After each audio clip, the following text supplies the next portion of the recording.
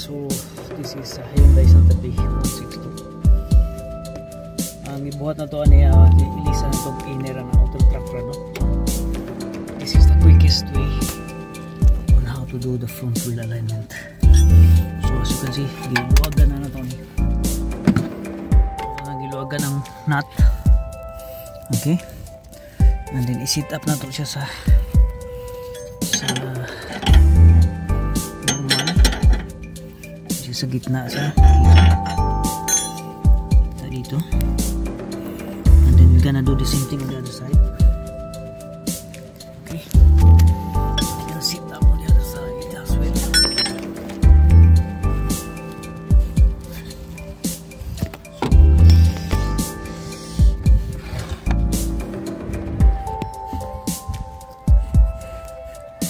And then, pinaka quickest way para ma-align na to siya at maayo burner. So gisit up na to ni sa mga 11 mil.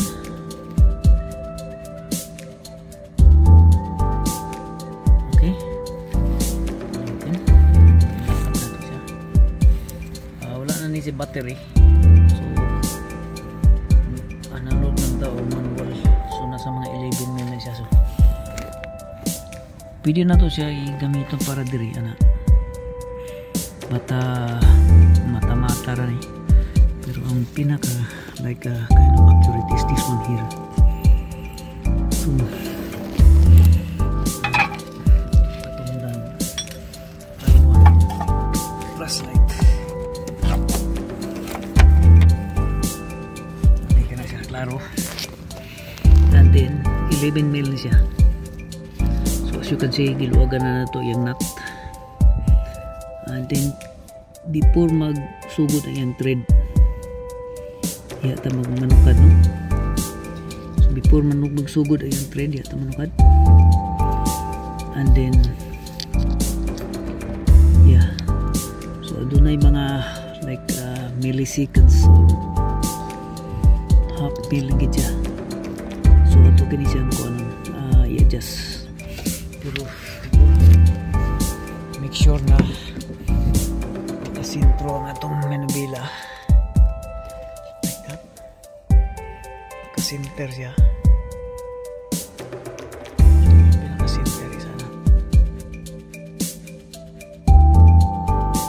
Okay, to the plug is like that. Okay, so meron kayong pang lock up sa manubila, pwede din, but we'll try to find a way na ma-lock up natin yung manubila natin.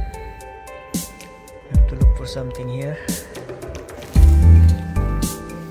Only means na itong ma-lock up siya. It's not really a strong one, but that will lock up the properly.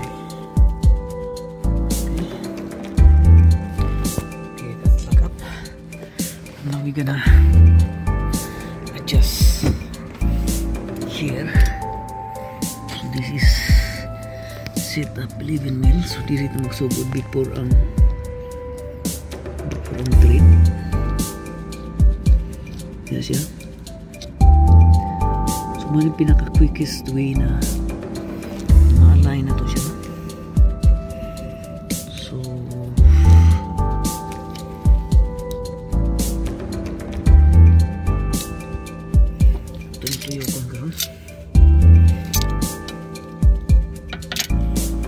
and then kung anong si baton diri, baton to speakers like that para mag-balance siya.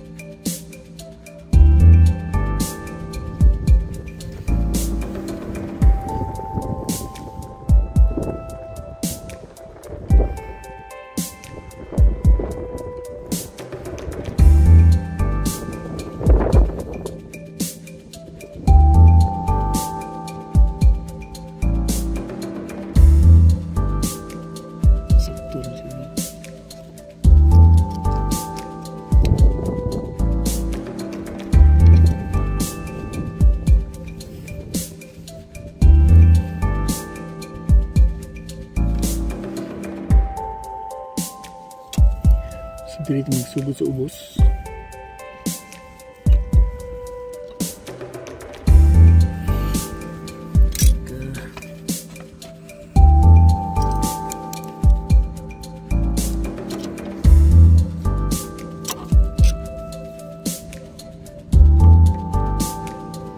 Okay. Ayan siya. Ito.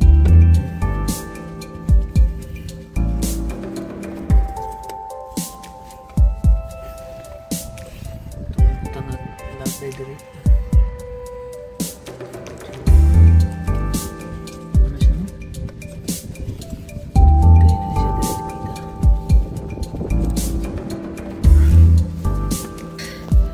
Tinanggal natin yung kabilaan, outer tie rod.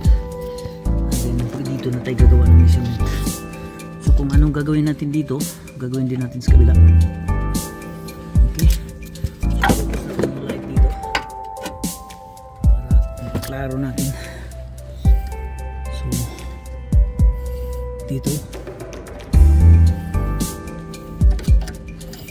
malinaw dito. Dito tayo mag-upisa sa before the thread or within the thread. Then meron tayong distansya ng mga half mil. So idikit natin ito, i-adjust natin itong nut, padikit. Okay, so i-hold natin. After na ma-hold natin, ganyan. Okay, gagawin natin sa kabila is nag-hold siya ng 1 thread, no?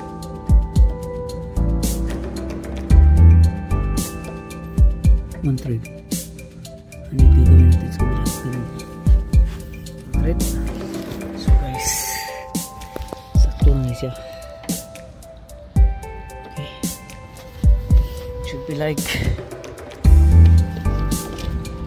here.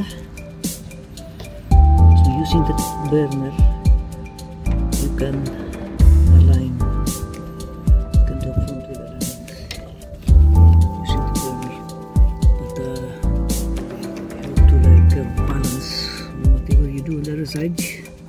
You have to do measure on the other side as well. So you have to like balance, as you can see here on the other side.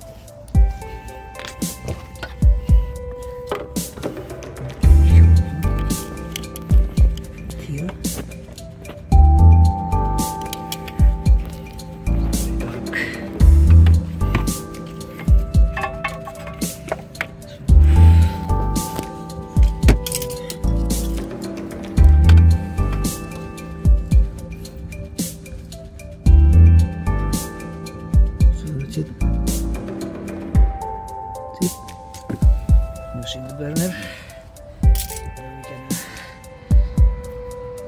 tie up, tighten the outer tie rod, tower nut, and then put the cutter pin, and that's it.